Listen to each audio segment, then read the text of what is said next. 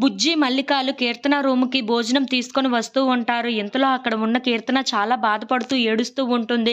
అది చూడగానే అక్కడ ఉన్న మల్లిక మాత్రం తినత్తా భోజనం అని చెప్పేసి అయితే భోజనం కలిపి తినిపిస్తూ ఉంటుంది.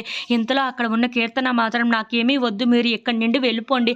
ఆయన గాని మిమ్మల్ని చూసినా నేను ఇలా ఉన్నా సరే ఆయన ఏం చేస్తారో ఏమో, మీరు ఇక్కడి నుండి త్వరగా వెళ్ళిపోండి అని చెప్పేసి అయితే అంటూ ఉంటుంది. ఆ మాటలు వినగానే అక్కడ ఉన్న నిక్కీ మాత్రం బామయ్య బాగా తాగేసి పడుకున్నారు, మత్తులో ఉన్నారు. అలాంటప్పుడు ఇప్పుడు రావడం కుదరదు. నువ్వు త్వరగా తినేసేయ్.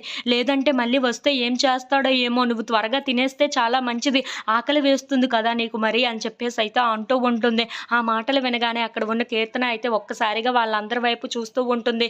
ఇంతలో అక్కడ ఉన్న మల్లిక మాత్రం తినొత్తా అని చెప్పేసి అయితే తనకు భోజనం పెడుతూ ఉంటుంది. ఇంతలో అక్కడ ఉన్న కీర్తన భోజనం తింటూ ఉండగా అక్కడికి భైరవ వస్తూ ఉంటాడు. అది చూడగానే అక్కడ ఉన్న కీర్తన, అక్కడ ఉన్న వాళ్ళందరూ అయితే ఒక్కసారిగా షాక్ అయిపోతూ ఉంటారు.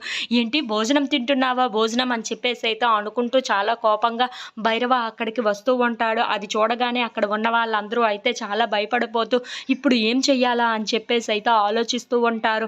ఇంతలో అక్కడ ఉన్న భైరవ మాత్రం చాలా కోపంగా కీర్తన దగ్గరికి వచ్చి, ఏంటి భోజనం తింటున్నావా ఇప్పుడు ఇక్కడ ప్రశాంతంగా? నువ్వు ప్రశాంతంగా ఉంటే నేను ఎలా చూడగలను చెప్పు? నువ్వు భోజనం తినడానికి వీలు లేదు కదా. సరే అయితే నువ్వు భోజనం తినైతే అని చెప్పేసి అయితే అంటూ ఉంటాడు. ఆ మాటలు వినగానే అక్కడ ఉన్న వాళ్ళందరూ అయితే భైరవ వైపు అలా చూస్తూ ఉండిపోతారు. ఇంతలో అక్కడ ఉన్న భైరవ మాత్రం మల్లిక వైపు చూసి, నువ్వు మీ అత్తకి ఒక్కొక్క ముద్ద తినిపిస్తూ ఉండు, నేను ఒక్కొక్క దెబ్బ కొడుతూ ఉంటాను అని చెప్పేసి అయితే అంటూ ఉంటాడు.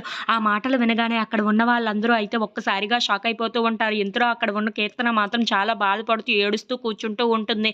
ఇంతలో అక్కడికి కేశవ చాలా కోపంగా వాళ్ళని ఏదో ఒకటి చెయ్యాలని చెప్పి బండి మీద బయలుదేరుతూ ఉంటాడు. If you like this video please like, share and subscribe.